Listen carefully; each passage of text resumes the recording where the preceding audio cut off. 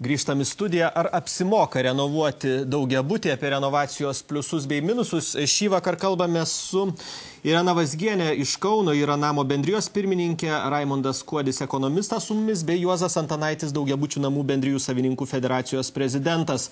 Irena, jūs daug bendraujat su žmonėm kasdien. Betarpiškai bendrauju. Ką jums sako jie visokio amžiaus apie renovaciją? Visokių slavinimų. Ir aš atstovauju dar vieną daugiabutį, tai yra iš tikrųjų gelžbetoninį namą, 4 laiptinių, 5 aukštų, 65 metų ir ten gyvena pagrindė pagyvenę ir seni žmonės.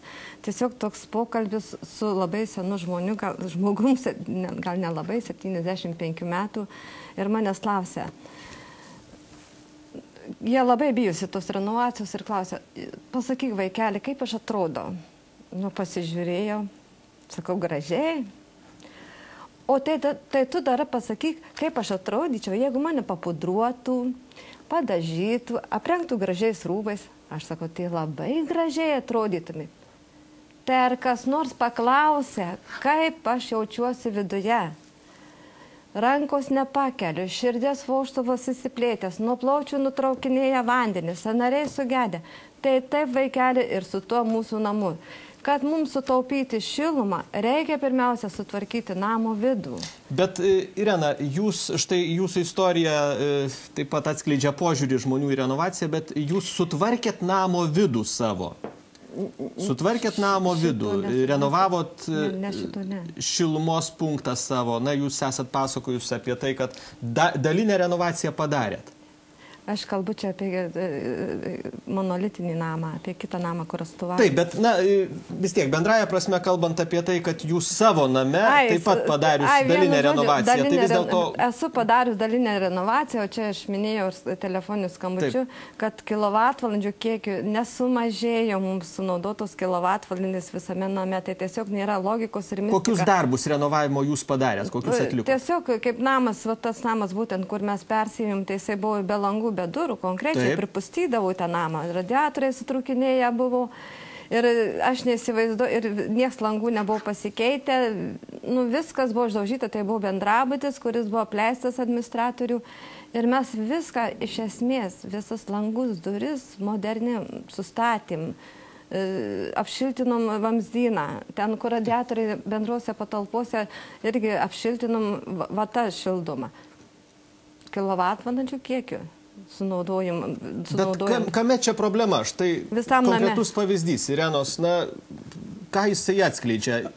Matot, aš kaip vėl kalbėjau, kadangi tai yra namas, kuris suvartoja daug energijos, nežiūrinti tai, kai jis modernizuotas, tai turėtų dabar ir BUPas, ir aplinkos ministerija pulti tenai ir žiūrėti, kame priežastis. Juk mes sakome, modernizuotas namas yra šiltesnis. Aš juk niekada plikas neišeisiu per speigą, aš apsirengsiu ir man bus šilčiau. Bet sako, kilovatvalandžių nesumažėjo. Matot, aš manau, kad čia, aš nežinau, mano kolegė turėtų tai pažiūrėti. Viskas dar ir priklauso nuo to kultūros, kaip aš naudoju tą energiją. Ir, sakysime, nuo to prižiūrėtojo, kokius parametrus pastatė.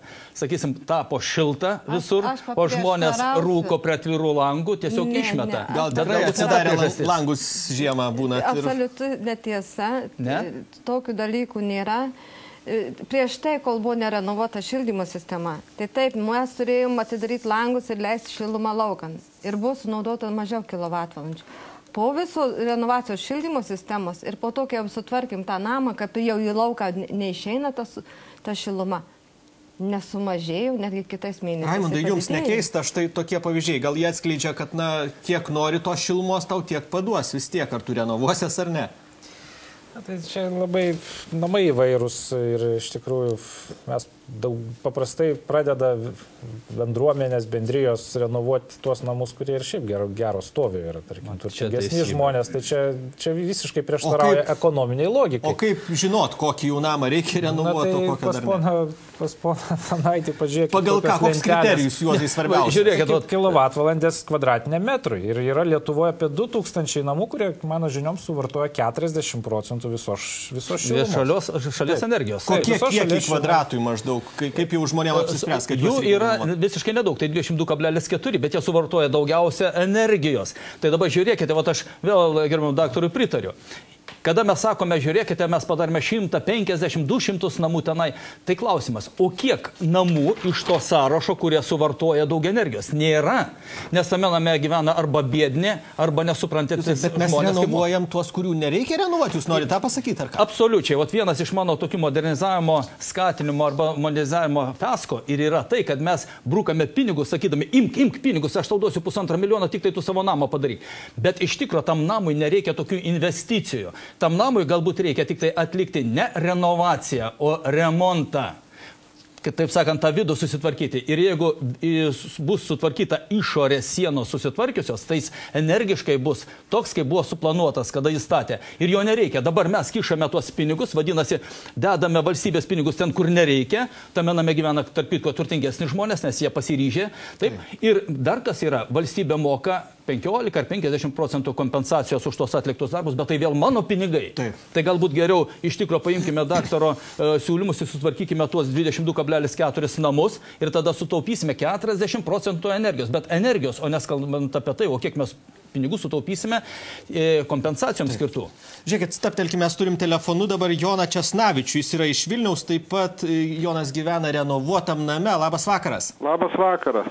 Jonai, tai kokia jūsų yra istorija? Ar jūs patenkintas, kad gyvenat renovuotam name ir kiek jūsų taupot? Matot, aš pats dalyvavau, inicijavau netgi renovavimą namo, tai turiu būti patenkintas, bet ne tik aš patenkintas, patenkinti ir kiti gyventojai. Kiek jūs, Jonai, kvadratui dabar sunaudojat kilovatvalandžių? Kiek maždaug? Žinot, aš kilovatvalandėm neskaičiavau, aš daugiau kainas lyginau. Čia reiktų iš karto paskaičiuoti galima. Aš turiu duomenis, kiek mes kokį mėnesį sunaudoja ir lyginau su kaimynu namo. Tai galit pateikti juos, taip? Galiu pateikti. Sakysim, spalį kaimynai sunaudojo 65 megavatvalandės. Mes nepilnai 16. Gerokai, taip. Taip, dabar lapkritį kaimynai sunaudojo beveik 109 megavatvalandės. Mes sunaudojom 42. Dabar gruodį kaimynai sunaudojo 169, beveik 170, mes 71. Taip. Tai nuo 4 kartų iki, už gruodį, už paskutinį mėnesį, reiškia 2,4 beveik kartų skiriasi. Gerokai. Taip. Ačiū labai. Ir per šitos 3 mėnesius mes beveik 50 000 sutaupėm. Ačiū labai. Jonai, o dar trumpai paskutinis klausimas, o su banku kokia situacija, kiek žmonės moka? Su banku šitai, pas mus daugiau kaip 40% išsimokėja pilnai iš karto. Kokią sumą maždaug, kokios sumos reikėjo mokėti žmonėms? Sumas reikia taip, iki reiškia, nepilnai 2 litų kvadratiniam metrui. Čia priklauso nuo langų. 2 litų? Kur su langais, taip, 2 litai kvadratiniam metrui per mėnesį. Nepilnai. Tai čia jau maksimali kaina. Čia, žinoma, skiriasi butų, nes vieni keitai langus. Ne, matyt, mes nelabai supratome. Taip, aš, Jonai, noriu patikslinti, kiek kainavo žmonėms išsimokėti, kaip sakot, banko paskolas ir palūkanas. Na, jūs sakot, kai kurie žmonės yra jau susimokėję. Taip. Tai kiek maždaug butui kainavo, absoliučiai skaičiais? 64 butui su langais kainavo 15 000 gyventojui. Aišku, tai dabar jau aišku. Ačiū labai, Jonai. Dėkui, kad radot laiko. Tai yra įvairių pavyzdžių. Irena įtikina, štai Vilnietis sako, tikrai gerokai, lyginant su kaimynai sutaupo. Bet jeigu be bankų paskolos galima tą renovaciją atlikti. Manot, čia bankas yra didžiausia baimė žmonėms šiandien. Ir ko gero, jie susimokėdami tą bankų, kurie, aišku, iš karto negražino tą paskolą ir tos procentus, jiems tas šildymas kaip ir lieka nuliniam variante. Bet ką aš norėjau atkreipti dėmesį, irgi vėlgi, kaip nesu specialistas, bet tai reiškia, seni žmonės išmintim, kai pasidalina, tai pradeda suprasti, kad apšiltinus tą gelžbetoninį namą, jo tie konstrukcijos sujungtos metaliniais virbais, taip įvertinkim. Taip. Nu, ir jį apšiltinus automatiškai, uždėjus hidrotermoizoliacinę plėvelę, tiesiog drėgmė niekur jinai neišeina į lauką, jinai kaupiasi sienoje. Tai ar kas nors pagalvojo apie šitos tų blokų sujungimus, kurie drėgmėje tas metalas tai yra? Čia vienas iš minusų, Juozas, matau, linksi galva matyti pataikė. Dar nebaigiau. Ir kas nors paskaičiavo, ar atliko bandymą prieš atlikdami su žmonėmis bandymus, kaip įsiveisia butuose pelėsis, ar ant gyvūnų atliko, patalpino vieną gyvūną. Kokios pasiekmes tai mūsų sveikatai? Tai kokios pasiekmes čia svarbus momentas. Mūsų sveikatai. Kai visi gerai žinome, ką pelėsis, dauguma žino. Ką reiškia tas grybelis, jeigu įsiveisia bute, jis yra nesunaikinamas. Žiūrėkit, tai mes darom renovaciją, bet nedarom ventiliavimo sistemų.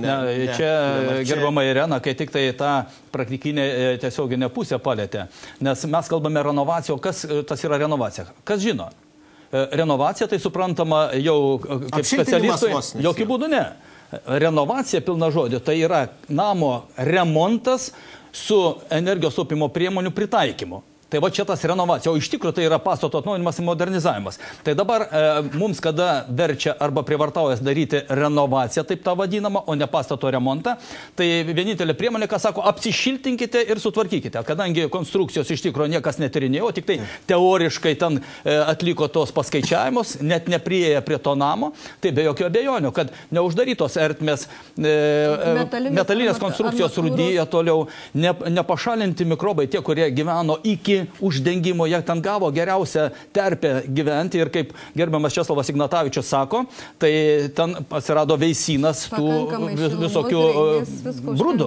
Dar daugiau, aišku, kada mes kalbame apie modernizavimą, kada energijos taupymo priemonėm užmirštame tai, kad užsidarė langus ir durys įsistatė, mes užsihermetiname, bet man reikia kvepuoti. Dar blogiau, jeigu tame bute yra dujinės viryklės, kurios degina orą. Todėl visiškai užmirštame apie tai, kad yra ventiliacija turi būti. O tada atsiranda pelėsis, atsiranda lygos, astmos ir dar blogiau. Tai vėl čia yra kompleksas. Bet kas apie tą turėtų galvoti? Raimondai, jūs taip ramiai klausot, vis dėlto štai išlenda įvairių momentų, kurie, paskui ilgalaikį perspektyvą, aš nežinau, gal net po 15 metų vėl per naują reiks renovuoti ir plėšyti. Gal ir anksčiau kai kuriuose vietose. Gal net anksčiau. Taip, kaip Šiauliuose, aš atsiprašau, gerbiamas Raimondai, Šiauliuose yra namas padarytas prieš 2 metus, plokštės nukritusios.